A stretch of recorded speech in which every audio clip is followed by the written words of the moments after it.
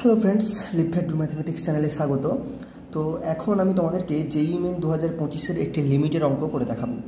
দেখো অঙ্কটা কি বলেছে যে যদি if limit X tends to 0 cos 2x plus a cos 4x minus B by X to the power 4 is finite, then a plus B is equal two.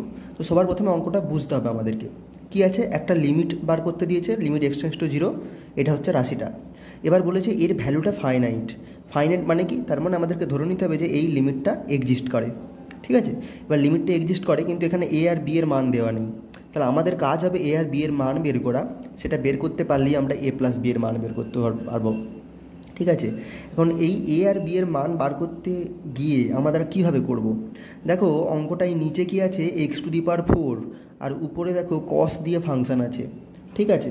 এবার তোমাদের নিশ্চয়ই জানো যে কস দিয়ে নিচে আছে এক্স টু দি পাওয়ার 4, কিন্তু উপরে দেখো কস দিয়ে ফাংশান। প্রথম কথা, লিমিট এক্স টেন্ডস টু 0, এতে কস ফাংশানগুলো কিন্তু প্রবলেম ক্রিয়েট করবে না, ঠিক আছে। কিন্তু নিচে এক্স টু দি পাওয়ার 4 আছে, যেটা জন্য আমরা কি ভাবতে পারি, উপরে যদি কসগুলোকে আমরা কোনোভাবে সাইনে কনভার্ট করতে পারি, তাহলে সাইন এক্স বাই এক্সটা 1 হয়, আমরা জানি লিমিট এক্স টেন্ডস টু 0 হলে। তার মানে উপরে যদি sign two the power 4x আনতে পারি আর নিচে এক্স টু দি পাওয়ার 4 আছে, তাহলে আমরা কোনোভাবে 1 পেতে পারি। তো আমাদেরকে চেষ্টা করতে হবে উপরের কসগুলোকে কি আমরা কোনোভাবে সাইনে কনভার্ট করতে পারবো। এটা হলো ওভারঅল অঙ্কটার চিন্তা, থিঙ্কিং। আমি তোমাদেরকে থিঙ্কিংটা বললাম, এবার আমি অঙ্কটা সলভ করব, ওকে। তো চলো তাহলে প্রথমে লিখে নিই অঙ্কটা। লিমিট এক্স টেন্ডস টু 0, কী আছে প্রথমে cos 2x। কষ্ট আমি বললাম কি সাইনে কনভার্ট করবো, তাহলে cos 2xটাকে লিখে দিলাম 1 মাইনাস 2 সাইন স্কোয়ার এক্স, এই ফর্মুলাটা তোমরা জানো, প্লাস এ cos 4xটাকেও আমি একইভাবে লিখতে পারি কি 1 মাইনাস 2 সাইন স্কোয়ার 2x লিখতে পারি, minus B by X to the power 4, ঠিক আছে। আচ্ছা, এবার লিমিট এক্স টেন্ডস টু 0, দেখো আমি ধ্রুবক টার্মগুলোকে সব একদিকে করে নেবো। এখানে কি এক আছে একটা ধ্রুবক, এ ইন্টু 1 করলে প্লাস এ পাবো একটা ধ্রুবক, আর মাইনাস বি আছে, তাহলে এটাকে একদিকে করে নিলাম পুরো টার্মটাকে। তারপরে লিখলাম minus 2 sine square X plus A, প্লাসে মাইনাসে মাইনাস হবে অ্যাকচুয়ালি, তো minus A 2 A into 2 sine square 2x, এটা আছে নিচে এক্স টু দি পাওয়ার 4। এবার দেখো অঙ্কটাতে একটা মারাত্মক টুইস্ট এসেছে। কি এসেছে? এখানে একটা 1 plus A minus B term চলে এসছে। তো এই পুরো লিমিটটা আমি যদি বার করতে চাই, তাহলে কি হবে, আমি এইখানে দেখো সাইন টার্মগুলো আছে, কিন্তু এইখানে যে টার্মটা এসছে তার জন্য কোনো আমি লিমিটটাকে আলাদা করে লিখবো। প্রথমে দেখো এই লিমিটটাকে এইভাবে লিখতে পারি, তো limit X tends to 0 1 plus A minus B by X to the power 4। তারপরে বাকি টার্মটাকে লিখলাম, এখানেও মাইনাস আছে এখানেও মাইনাস আছে, তাই মাইনাসটা বার করে নিলাম, দিয়ে লিখলাম লিমিট এক্স টেন্ডস টু 0, এখানেও 2 আছে এখানেও 2 আছে, 2টাকে বাইরে বের করে দিলাম 2, তাহলে পড়ে থাকছে sine square X plus A sine square 2x by X to the power 4, ঠিক আছে। এবার দেখো এই লিমিটটা এক্সিস্ট করবে কখন। এখন দেখো আমাদেরকে বলে দেওয়া ছিল যে এই পুরো লিমিটের ভ্যালুটা হচ্ছে ফাইনাইট, তার মানে পুরো লিমিটটা এক্সিস্ট করে। পুরো লিমিটটা যদি এক্সিস্ট করে তার মানে ইন্ডিভিজুয়াল এই দুটো লিমিটকেও আলাদা আলাদা করে এক্সিস্ট করতে হবে। এখন এই লিমিটটা এক্সিস্ট করবে কখন? লিমিট এক্স টেন্ডস টু 0, নিচে এক্স টু দি পাওয়ার 4 আছে, 1 by X to the power 4, তো লিমিট এক্স টেন্ডস টু 0 হলে এক্সিস্ট করবে না। তাহলে এটা এক্সিস্ট করবে তখনই যদি 1 প্লাস এ মাইনাস বি এর মান 0 হয়। এটা যদি ভ্যালু 0 হয়ে যায়, তাহলে 0 by X to the power 4 মানে 0 হয়ে গেল, তাহলে এই লিমিটটার এক্সের উপর নির্ভরশীলতাই থাকলো না। সেই কারণে আমরা এখান থেকে কি বলতে পারি যে 1 প্লাস এ মাইনাস বি সমান 0 হতে হবে।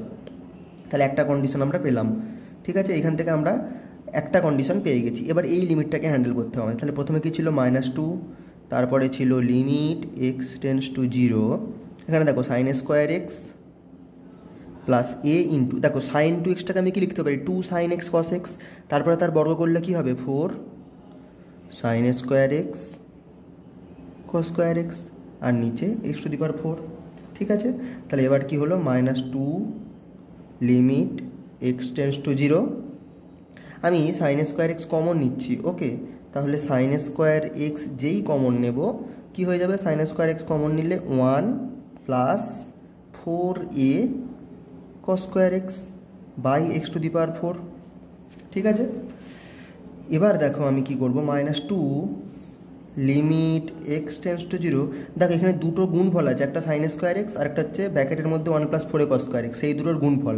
তাহলে সাইন স্কোয়ার এক্সটাকে আমি নিচের এক্স টু দি পাওয়ার 4টাকে ভেঙে দিলাম, সাইন স্কোয়ার এক্স বা এক্স স্কোয়ার করলাম, আর 1 + 4 cos স্কোয়ার এক্স ছিল সেটাকে আমি এক্স স্কোয়ার করলাম নিচে। তাহলে দেখো পুরো গুণফলটা একই থাকলো। এবার এইখানেতে আমি লিমিট এক্স টেন্স টু 0 লাগিয়ে দিলাম। ঠিক আছে, এবার কী হবে, তাহলে সমান -2, এখানটা কী হয়ে গেল, এই লিমিটটার ভ্যালু 1 হয়ে গেল। ঠিক আছে, তাহলে এটা আমি 1 বসিয়ে দিলাম, এটা 1 স্কোয়ার কিন্তু একই লিখলাম। তারপরে দেখো এখানটায় কি লিখতে পারি, limit x tends to 0 1 + 4a cos square এক্সটাকে লিখতে পারি তো 1 - sin square x by x square.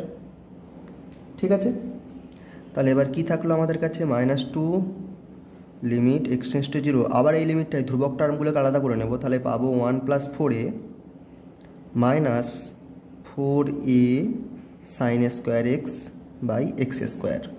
তাহলে আবার কি করব আমরা, দেখো এই দুটো ধ্রুবক বাই এক্স স্কোয়ার মাইনাস এটা বাই এক্স স্কোয়ার করবো। ঠিক আছে, এখন সেই একইভাবে যদি আমরা লিখে দিই তাহলে দেখো কি পাবো, limit x tends to 0 1 + 4a by x square -4a limit x tends to 0 sin square x by x square.